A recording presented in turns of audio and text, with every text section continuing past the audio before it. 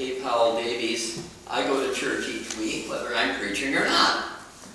I go even if the weather is so warm and sunny. I'd much rather be out working in my garden in those early morning hours, or even doing the New York Times crossword puzzle. Well, you might say that I'm stuck in a Sunday rut, but I feel that going to church every week is as essential and fulfilling to me as my daily walk around Olympia's Capitol Lake or petting Stella, my chubby gray cat. Each one of these acts, church, walks, my cat, lifts my spirits, flexes some muscles, and reminds me of my connection to another living soul and to life itself.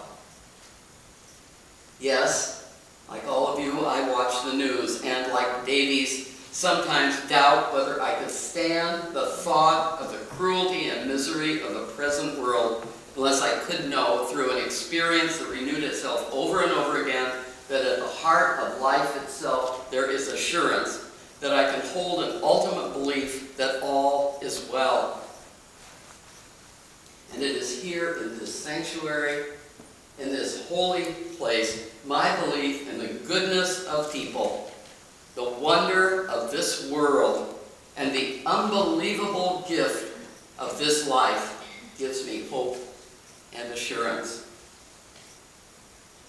Last fall, I spoke from this pulpit about living in anxious times and some ways we can cope with that.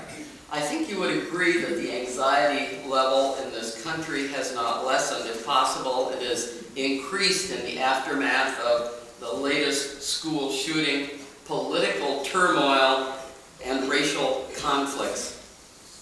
National anxieties are reflected in our lives and in our congregations. As I have mentioned in the past, I serve on the Pacific Northwest District's Healthy Congregations team, a group of people who are invited to churches by church leaders to help mediate differences. I might add that we are invited to congregations. We're not like some hit team that observes a conflict and swoops in to make everything right. Well, in the past few months, our services have been requested by congregations experiencing what I would call low to mid-level conflict, often seen in the actions of some of the members of congregations reacting against maybe church board decisions or the Justice Committee's new focus on racism or immigration. I sense some of those anxieties are driven by anxiety in the larger world and our own feelings of helplessness sometimes to act. In times of turmoil, church should be a place, many feel, should be a place of stability, of balance, not a place of change. And therein lies the paradox of church.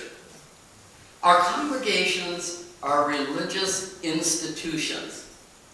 Institutions, by definition, are places where organizations, schedules, policies, and order exist. Institutions are conservative, and I'm speaking socially here, not politically. They're institutions that maintain the status quo. But religion, on the other hand, pushes against that status quo. It works to change us.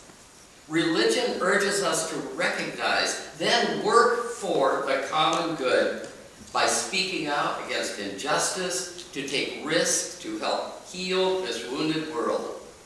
When we leave this sanctuary, this holy ground, we are at best transformed, inspired to see beyond life as it is to life as it can be. Church consultant Dan Hotchkiss observes, no wonder organized religion is so difficult. Congregations create sanctuaries where people can nurture and inspire each other, but the results no one can predict. The need to balance both sides of this paradox, the transforming power of religion and the stabilizing power of organization makes leading and participating in congregations a unique challenge. And this challenge is no more clearly seen than our own Unitarian Universalist principles. If you want to take a look at them, you can find them in your gray hymnal. They're about 6 pages, or actually just a couple of pages in front of the first hymn, or on this side. The first principle reads, "We, the member congregations of the Unitarian Universalist Association, covenant to affirm and promote the inherent worth and dignity of every person." Then if you're looking at it, drop your eyes down to the 7th principle, in which we covenant to affirm and promote respect for the interdependent web of all existence, of which we are a part. Note that contrast. Every person, and then we go down to interdependent web of all existence, of which we are a part. So our principles acknowledge the individuality of each person, but also that person's part in all existence, in the common good. Today, I've observed that some seem to take that word individuality as meaning individualism. Individuality is the sum of all the unique qualities that each one of us possesses. Those individuality is who we are. As Unitarian Universalists, we promise to affirm each person's uniqueness. Some, however, might confuse individuality with individualism, which is the pursuit of individual interests rather than the collective or the common interest. It is synonymous with egoism. When we gather in a community united in covenant, as we do in our congregations, our UU congregations, individualism can conflict with our promise to work for the common good. Here's how it played out in one church that I attended. The communications committee at that congregation had dwindled to 1 member. So the 1-member communications committee decided, first of all, how the website was designed, how the system governing the newsletter and electronic distribution was managed. He had also registered the church website under his personal name. Now, when he came into conflict with the board, the decision of the board on another matter, he was convinced his position was the only correct one. So he took down the website. And of course, it was registered in his name. The ensuing turmoil resulted in others having to act very, very quickly to build at least a rudimentary new site so that information could get out to the congregation. So that member's individualism, his need to act on his own interests rather than those of the congregation, tore a huge hole in that interdependent web of the congregation. That natural tension between the first principle and the 7th principle offers us the potential for conflict, especially when individualism replaces the valued individuality. It creates a conflict between the I church and the we church. No wonder, as Dan Hotchkiss said earlier, organized religion is so difficult. We are an organization committed to change. Stability and immutability are always challenged by our commitment as people of faith to transform ourselves and the world.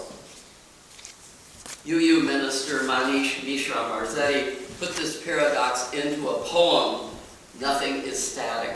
It reads only in part. The ground shifts, sometimes slowly, sometimes like an earthquake, reminding us that the solidity we often love and seek is an illusion. And in our world, the ground seems to shift almost daily. We can see that in our own families, marriage or divorce, job change or loss, health issues, a new baby, And we experience them in our religious communities too. New board members, departure of longtime members, loss of a minister, or the arrival of a new minister. A change in Sunday rituals. Yes, change can be unsettling, but in our churches, as in life, nothing is static. Recently, I was in another church discussing with leaders changes that they had made in the worship service or were planning to make, including 3 practices that have been part of the congregation since it was a small lay-lit fellowship of about 50 members. 3 changes in the morning worship were particularly missed by longtime members. First was the introduction from the floor of visitors. Then another was singing the birthday song to those celebrating each week.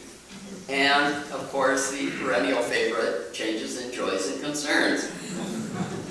Over the years, this congregation had grown from that lay-led fellowship to nearly 300 members. In light of this growth, some of the old ways were reevaluated to make both visitors and potential new members feel welcome and comfortable as they ventured into this church sanctuary for the first time. Small fellowships are called family-sized congregations for good reason. They're like a family. Everyone knows everybody else, and probably really well. They ask each other, how are your kids? How about your parents? How are they getting along? Did your son's baseball team win last Wednesday? In the growing church that I visited, that level of familiarity still existed between some longtime members, but not with most others. Joys and concerns had grown longer and longer, and efforts to encourage brevity and to be about events that deeply touched a person's heart worked for a while, but were soon forgotten. The ritual began to consume more and more time during the worship service, so change was needed. But how to do that? Well, they did a 3-pronged approach. First, they held discussions about why a change was needed. They recognized, number 2, that change always or often brings loss. And so they needed to recognize the sorrow and grief that loss brings. And as you have done here at KUUF, they offered the opportunity for people to write their care or concern to be shared. And this had made people more thoughtful about how they shared those moments that touch their lives. They also suggested other ways for people to connect with one another on a deep, personal, and soulful level, like becoming part of a small group ministry. Some churches call them Chalice Circles. Chalice Circles encourage warm, supportive relationships with a small group, offering the affirmation all of us need and want as we experience joys and sorrows in our personal lives. And those Chalice Circles became perfect places to celebrate a birthday, too, with people you knew well. Big changes in our lives and in our congregations are unsettling, even when they are necessary. But when we understand the reasons underlying change, are kept informed about changes, and are invited to offer feedback, some of the anxiety that naturally accompanies change is eased. It may not go away. In times of change, I am reminded that what may be important to me may not be that important to someone else. The church is not just about what I want, but what is good for the whole community. Will I still be disappointed when change happens? Probably. I'm disappointed in my home church that we no longer have a sheet of printed announcements in Sunday's order of service. But I also understand why that has been eliminated. Cutting back on paper use is a very good reason, and I will adjust my own habits by paying more attention to the email newsletter. Now, I have probably experienced a number of disappointments, including the loss of hard copy announcements that I can take home with me during my 50 years as a Unitarian Universalist. But I am not in church to only be with people who like only what I personally like. The same hymns, the same justice causes. Each one of us is in church to learn to love better, more inclusively. We can learn about loving better when we love past our disappointments to better understand and accept each other, to learn and understand why change is necessary. And we can learn about loving better when we look beyond our personal needs and wants to better appreciate how others and the changes they bring when they walk into this sanctuary enrich our church and our lives. In the end, we can all try our best to live into that first principle, appreciating the worth and dignity of each individual, while at the same time recognizing and affirming that we are part of a whole. This is a spiritual practice, and what we're called to do as religious people. Remember, it is a spiritual practice. And in this place, despite its sometimes messiness and imperfection, it is the perfect place to practice being human. I love what Kelly Asprus Jackson says in her essay, "The Church That Doesn't Matter." And she writes, "In the church that doesn't matter, there are no quarrels, no arguments, and no one ever says anything about how at the meeting that they have to discuss the sanctuary's new paint color.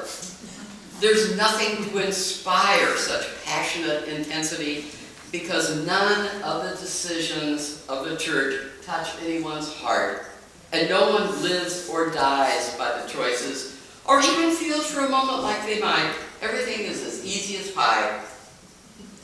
In the church that doesn't matter, no one ever disagrees with the preacher's sermon. The music is always just fine. There's never a fight about the liturgy, not even if they do joys or sorrows, or not even if they stop doing joys or sorrows. There's never any controversy because no one ever says anything they really care about, and no one else ever seems to care either. And so the service is always equally inoffensive at 10:30 each Sunday morning. No one ever has to clean up in the church that doesn't matter. If no one bothers to make coffee on Sunday, no one complains, and if no one greets the visitors, no one seems to mind. Everything is so much easier in the church that doesn't matter. Simply avoid at all costs meaning and purpose and anything that might lead you to either or both. Whatever you do, do not let yourselves care about the people around you or about the covenant that you all share. Yet, she writes, knowing this, we still decide again and again and again to ask tough questions, take real risks, do work that needs doing, and tell the truth. We get out of bed on Sunday morning, answer the email, make something for a bake sale, give our time and attention to a meeting every third Thursday. We ask each other how we're doing, and we mean it. We offer our gifts, both humble and great. And we do these things, sometimes in joy, sometimes not in joy, because they are done in the service of a church that matters.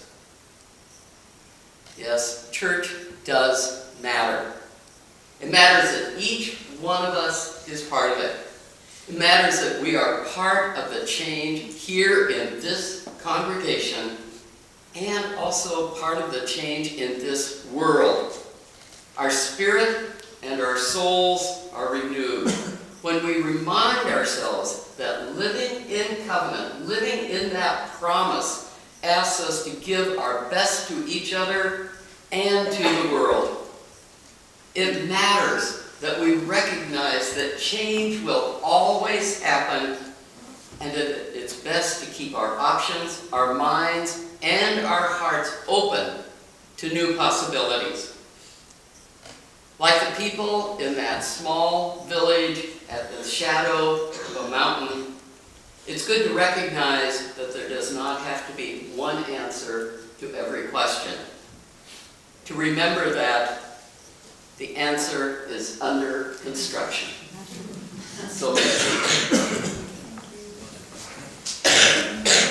now I invite Heiner to come forward to extinguish the chalice. With these closing words, we now extinguish this flame, but not our energy. We extinguish this flame, but not the light of our life. We extinguish this flame, but not the light that is in us.